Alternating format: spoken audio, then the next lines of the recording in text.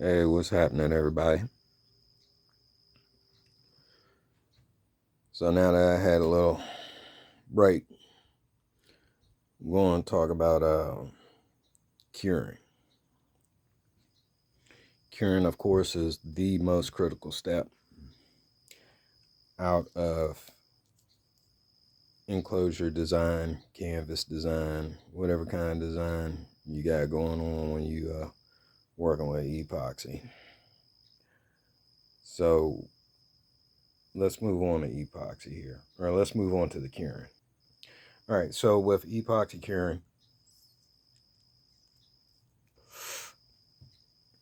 it goes back to your prep level, your heat gun, or your blowtorch, or whatever you want to use. I'd say use a heat gun because it's easier to control temperature. Oh, so you want to put this about maybe 4 inches, off your epoxy. I'm a short dude, so when my arms go down, it's pretty much exactly where I need it. You want to hit your sides off. You want to hit your sides off of the tape to make sure that epoxy cures, because if any part don't cure that you don't notice initially, it's going to be the sides of the tape, because they catch less heat. So I make it a priority. To do the sides, all of them.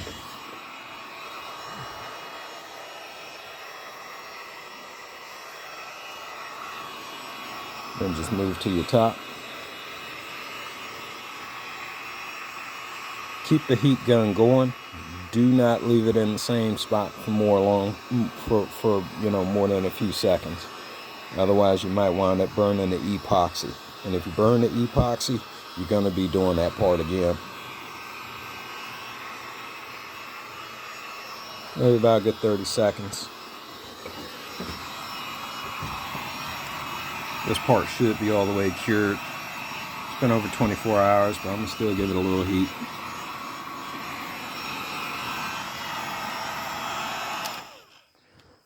Alright. So with the heat gun, you want to go around your box. Typically, I do maybe about every 10 to 15 minutes. You know what I mean? So do 10 to 15 minutes in accordance with the work time that is allotted with the epoxy that you're using. Everybody's different.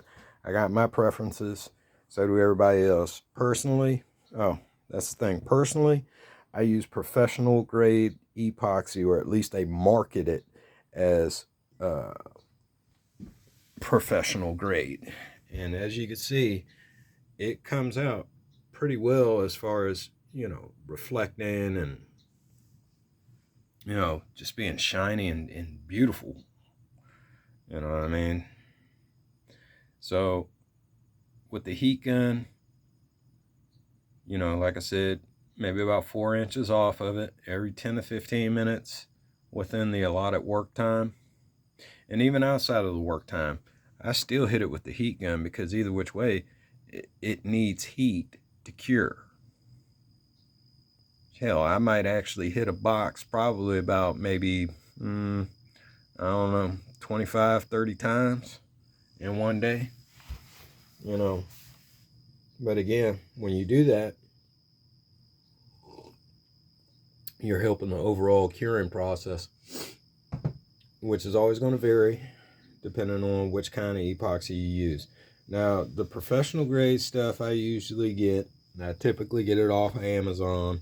If you just type in professional grade epoxy and look at the reviews,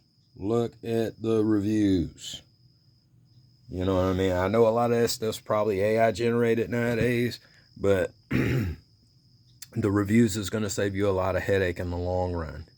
Can you use regular epoxy, like something that is not professional grade? Well, I mean, you can, but I would recommend something like this J Diction professional grade series.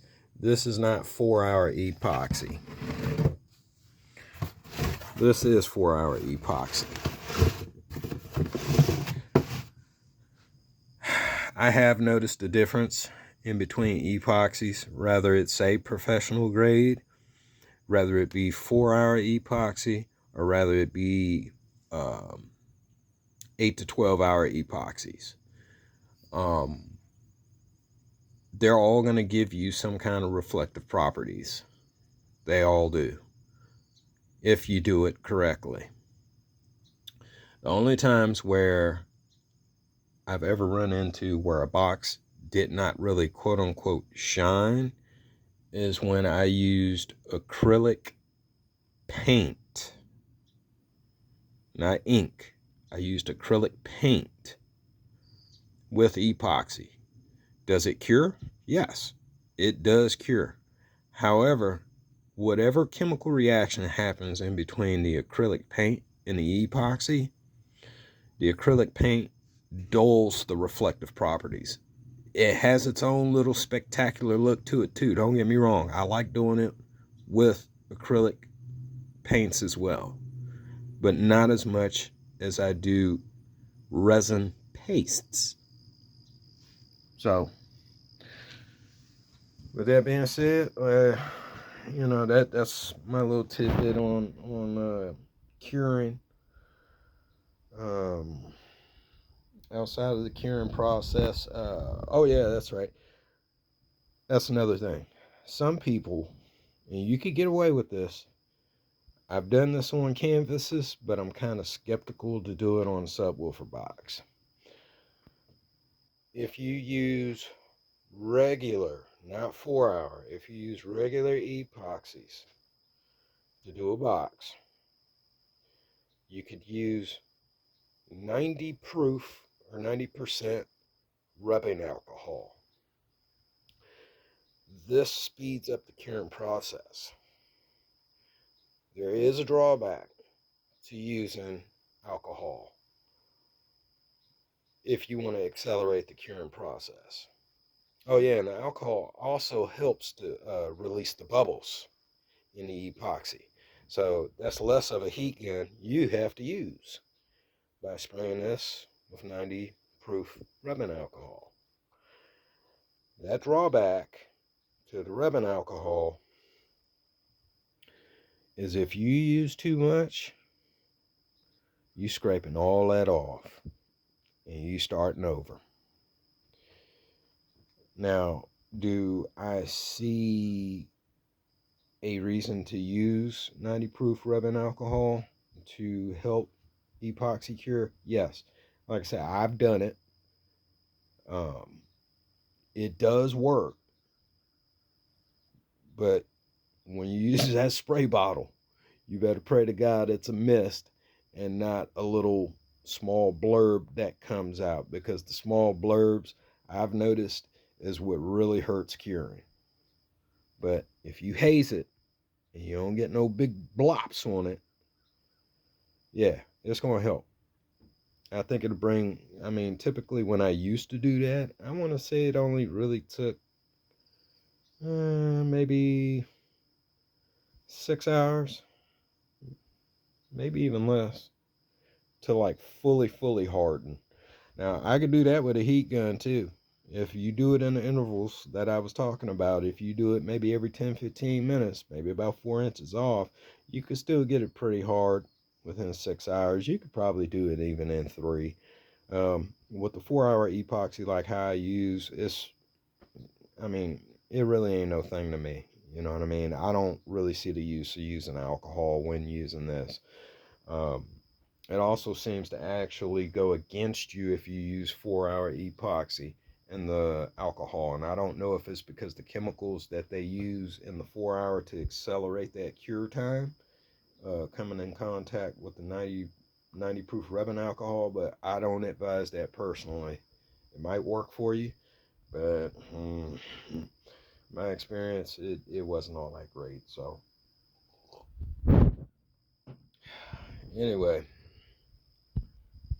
there's some other stuff I got to talk about, but I think I'm going to do that a little bit later at this point. Oh yeah, by the way, I wouldn't advise working with epoxy if you're doing other extracurricular activities at the same time, unless it's coffee.